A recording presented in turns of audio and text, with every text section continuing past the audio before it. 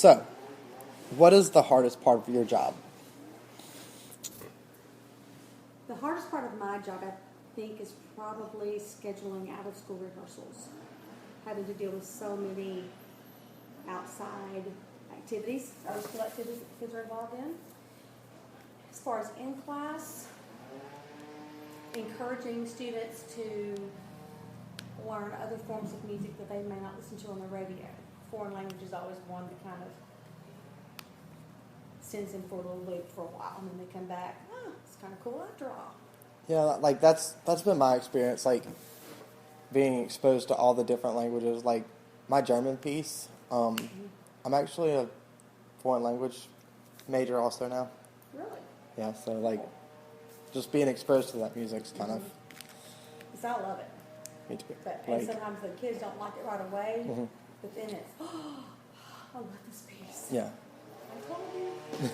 Okay. What's your favorite part about being a music teacher?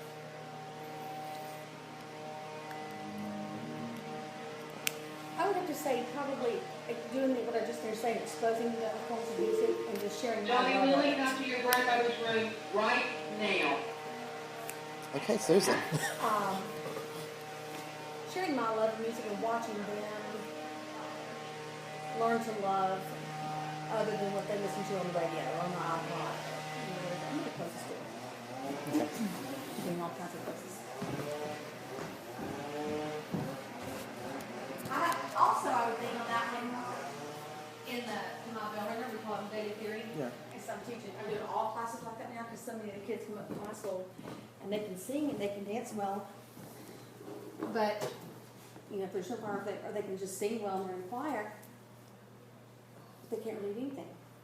Because it was all Greek to them. Mm-hmm. So, watching the light bulbs come on with that this year has been a lot of fun and exciting. For them to say, I know what you're talking about. I know what that is right now. So that's fun. That's kind of been this year for me. Mm-hmm. I mean, even at Pearl River, it was still kind of like I would look at a piece of music and be like, okay, what's my part? You figure out when you get kids in high school that are in choirs that pick this stuff up easily. You think they can? You just assume they can, which is really a bad thing for me to admit. But probably 2 or 3 years ago, when I had one of my kids go and say that went to the river, I said, I actually she'll teach me how to read music. And I thought, oh my gosh, I'll bet a student of mine get out of my choir room and they don't know what they're looking at. Mm-hmm. It's a lot to teach, Well, it's hard. I think it's hard to find time. I wasn't faithful in the show choir classes and doing the bell ringers because we got so wrapped up in doing the show stuff. We're getting ready for a particular performance, so we would spend that time doing that and not on the theory. So every day, every class does theory. That's really First cool. 2 minutes of class. So. Okay. How do you accommodate or modify instruction for like people that are maybe a little bit slower learners than the rest of everyone else? Like, how do you? I guess the question kind of summed it up. Like, how do you deal with people that are a little bit slower? Not even like learning disabilities, just people that learn slower. Not grasping the music concept. Well, it's funny you asked that because this year it's really hit as far as like the data theory that we're doing. I was doing data theory quizzes every 2 weeks. So I told them it'll be over those 10 days before this one. So I do Monday through Friday for 2 weeks, and then the following Wednesday I give a test.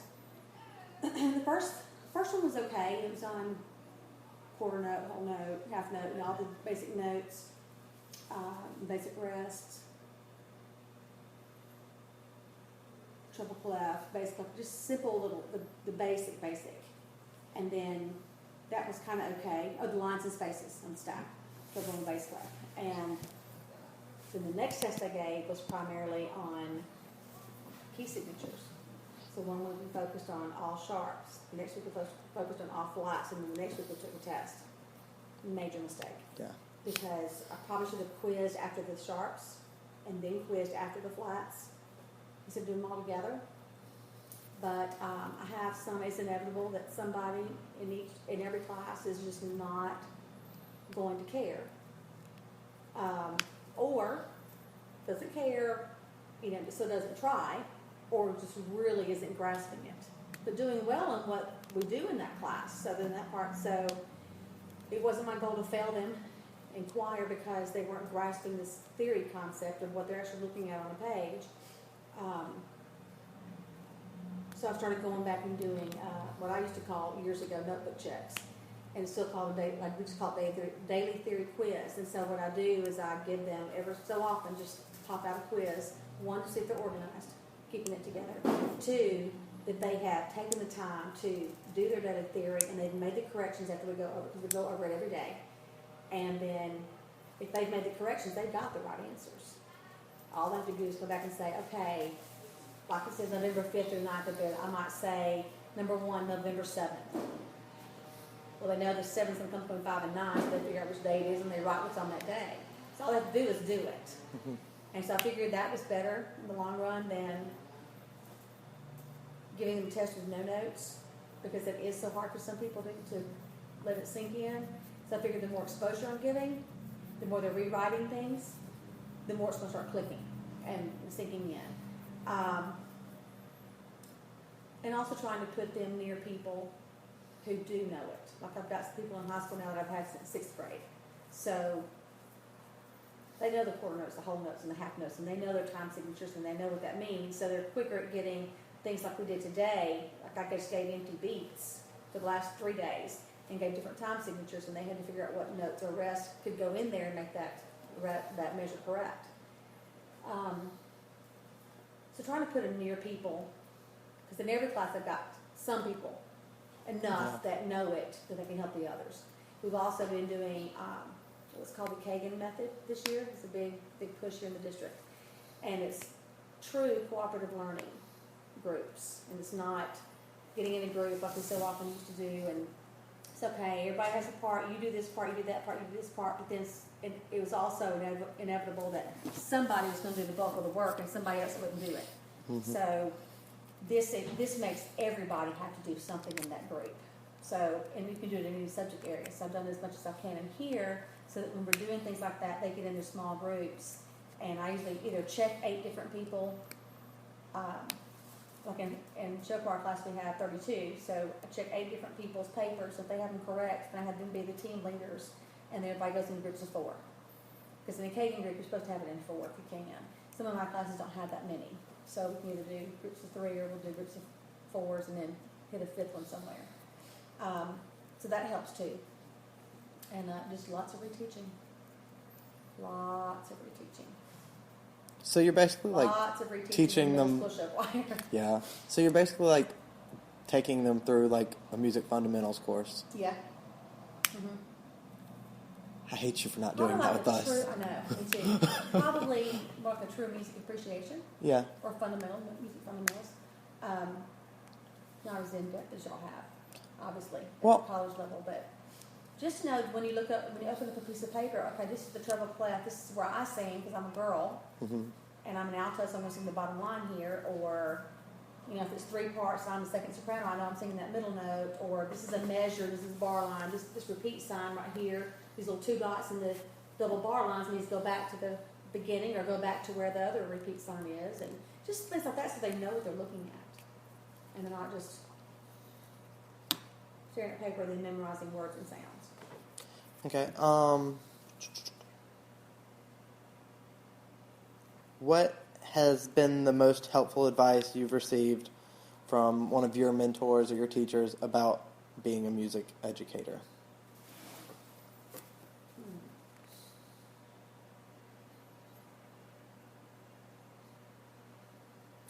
Probably, I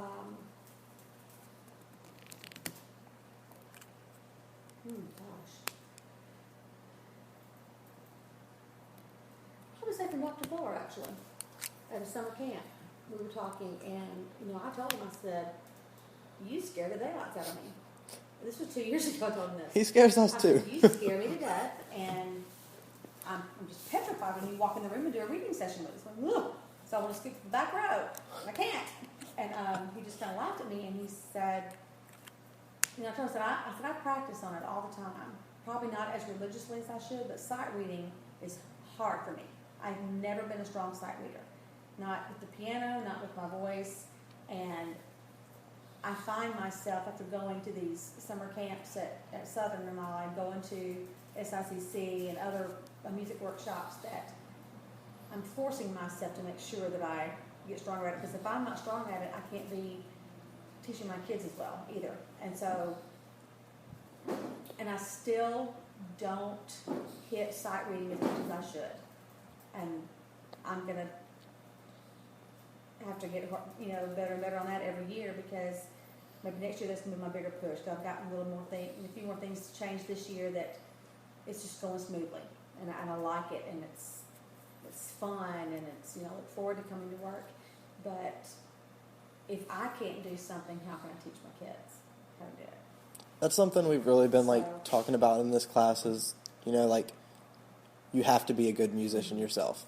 You can't be a bad musician and teach children how to sing or how to play an instrument or whatever. I choir at church, and I have second grade with them, so that used to take me back to the little kids for a while and have something a little different, still with music, but I'm teaching them basics. Instead of doing the tas and the teas and the tas and so forth, we're doing Coke, pizza, and for the quarters and the eighth notes only right now, and then the whole notes, the half notes we decided to do, and then we haven't done a whole note yet. So just doing generic stuff like that with them, using different kind of things to get them used to the rhythm patterns. Mm-hmm. But from experience, I'm not a strong pianist at all. I can pick out your notes, but I can't accompany well, and so it hinders me. It does. I know there are still students graduating that are not strong pianists, but there are a lot more students graduating that can than cannot. Yeah. So if you at least, you need to be, obviously, to read the music. You have to know how to read it. You know how to know what those notes are. You have to know how to find them on the piano as well. But it does. If I were like Miss Tyson or Jenna Smith and all those, all these that can play, it'd be great. I could get further quicker probably. Instead of having Tara to come. Show choir is different because you've got your audition people and they're knowing how to sing and they're picking it up just like this. For concert choir, it's not an audition choir, so it's much harder to get them rolling and get them to understand things and keep their parts, and so it would be easier to do that. But yeah, you've got to have some clue. Okay. How much planning time do you have in your day? How do you plan your days out and stuff? Well, let me just give you an idea of my days this year, a typical day. Today was different because we had pep rally day. So in high school, we do an alternate schedule. We do a pep rally, or activity schedule is what we call it. The other day we had voting, big voting things, so we had an activity schedule, but it was modified from the pep rally one because the voting was in the morning, the pep rally was in the afternoon. But because I do both schools this year, and I don't like having middle school first period because I don't get middle school announcements up here, so I miss that kind of stuff, and then they miss stuff. So I don't like being a middle school homeroom teacher. Although I'm technically not, because I'm an elected teacher. They decided that this year. So it was crazy. But my class this year, times changed this year. So what class happened? doesn't even start till 8:20. Okay. I don't have to be here officially till 8. If I'm on duty 7:45, but I'm usually here between 7:30 and 7:45. Sometimes. So they don't get here until 8:20? Yeah, I don't have to clock in until 8, and then class starts at 8:25. The bell rings at 8:20. Why'd they do that? To help with the bus, the transportation stuff, and supposedly it's worked. I love the new schedule for me.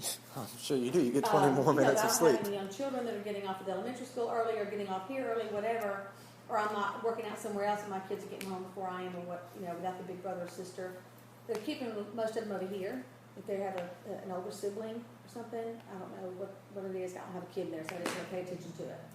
But so I have class from 8:25 to 9:35 with my 7th and 8th grade part of my middle school show choir. And then I have from 9:35 to 10:15 break. So that's part A of my planning period. And then I have high school that comes in for their second period from 10:15 to 11:50. And then from 11:50 I have third period till 2 o'clock. So they come in at 11, tardy bell rings at 11:55, we go to lunch at 12. So the first 30 minutes of my third period is lunch, and then till 2 o'clock, and then they leave, and I have from 2 to 2:35 until my sixth graders of New Edition come in. She made me split in the groups this year. She wanted me, because of the way she's done the middle school schedule, she wanted me to have 7th grade in one, or 8th grade in one class, 7th grade in one class, and 6th grade in one class. And I said, I can't do that. I said, I said, I'm willing to try what you need me to try, but I've got to have at least some of this together. Now, if I'd really thought it through more, I would have asked to have my 6th grade and 7th graders together. Because my 6th graders come in, they have no clue what show choir really is. Even though they've seen us perform, because we performed over there a lot last year. They've seen it. They have no idea the work that goes into it. And so they don't have anybody with any experience to kind of be their mentors in class. So that's hard. I'd probably even choose 8th grade and 6th grade if I could do it all over again. But I didn't have a choice. So it is made up my mind this year or next year I will not have 6th grade in middle school. It'll be my first time I won't have 6th grade middle school in show choir. Yeah. 6th graders. But it's either going to open me up next year to do, and then I have that classroom until 3:45, and then my day's over. The only thing I don't like about it is it gives me a little bit of morning time, a little bit of afternoon time, but I don't like it because by the time I get something started and rolling with it, it's like a deposit I have to make after a Monday night meeting, which is coming up next week. I have no time to get it done in the first part, so then I got to finish it later on. And then the financial secretary's gone somewhere, so I can turn it in, but it's just not really good at that time to do it, and because of her timing. But it's okay. I don't like having my show choir split. It's forcing me now to have outside rehearsals, and it's almost like my 7th and 8th graders, and they've been used to it. They've done it before. There are a few of them in there that have never done it, but they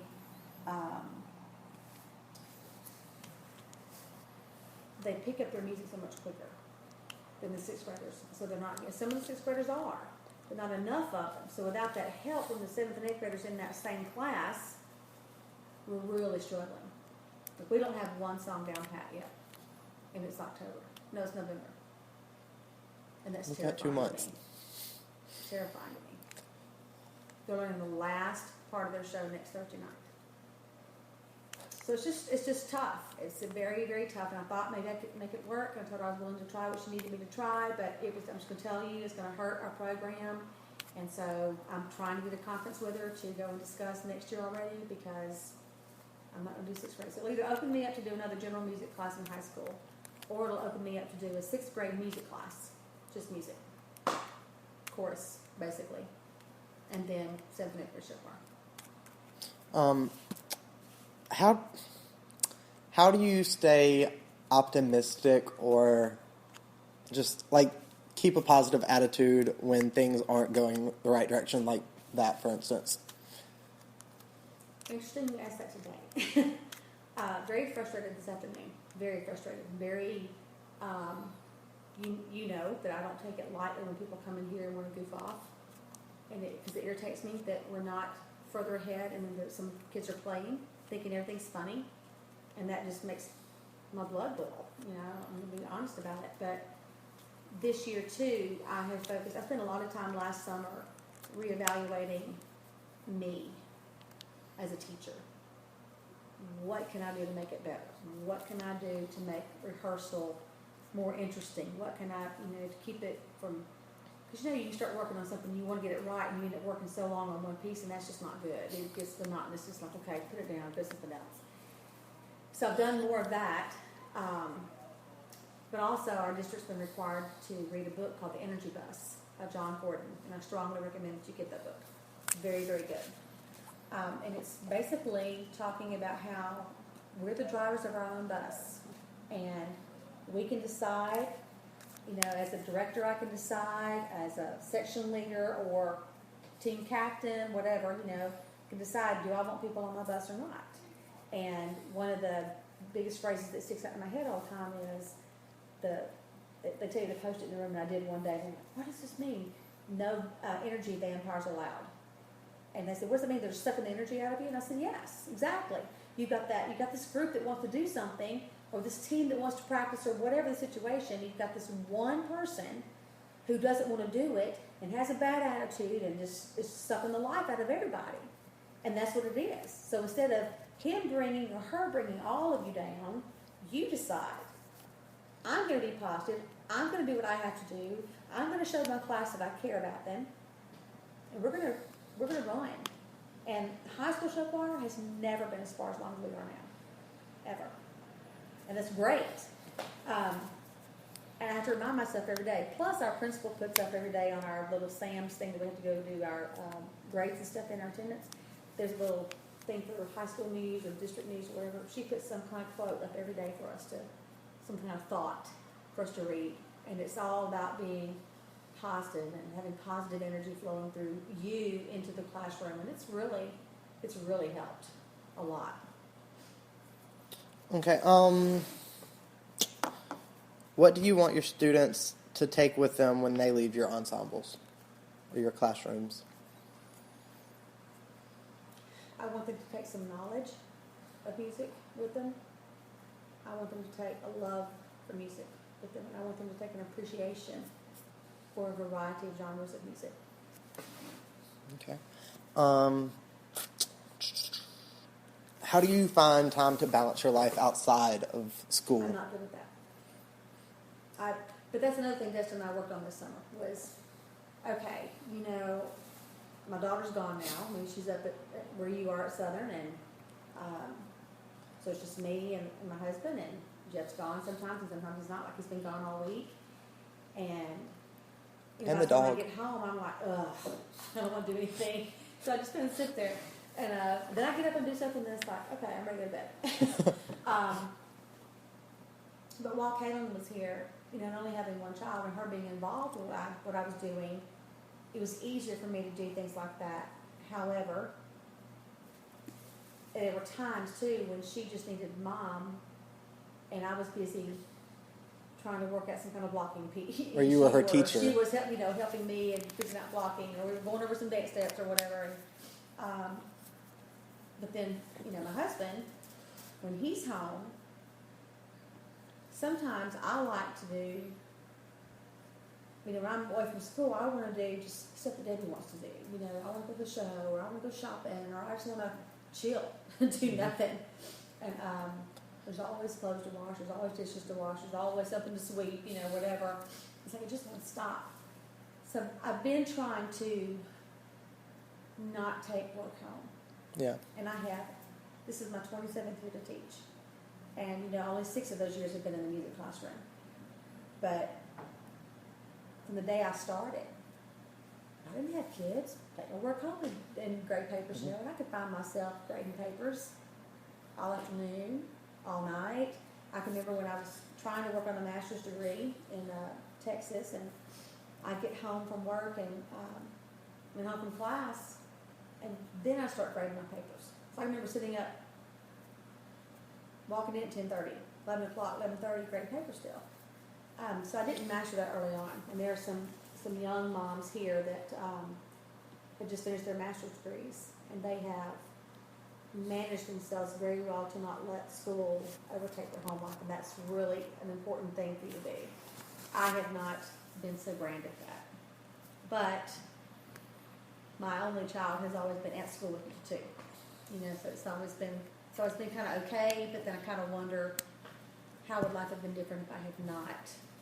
What if I'd not been a teacher? Or what if I'd been a stay-at-home mom? Or what if I didn't take any schoolwork home and didn't touch it?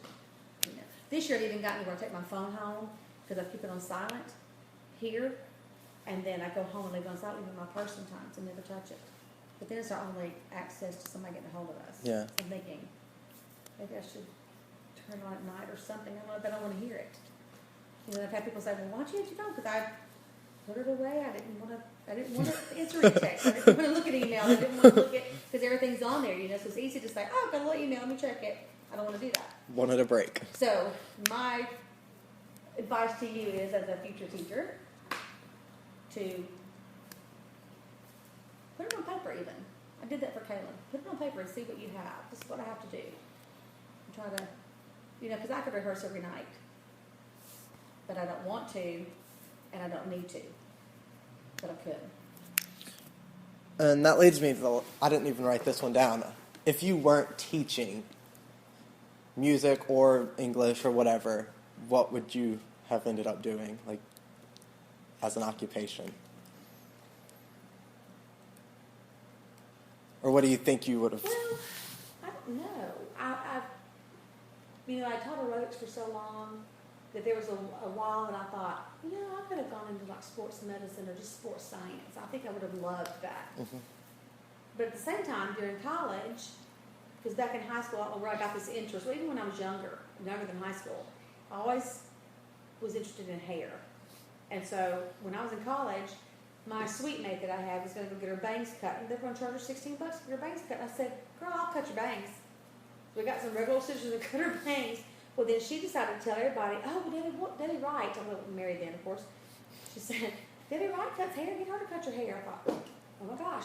So I got my first pair of hair cutting scissors when I was a freshman in college at Christmas, and I would have up to 8 haircuts a night sometimes, and no one paid me. Because I couldn't charge anybody. I'll be dishonest here. I don't know the license. I couldn't charge you.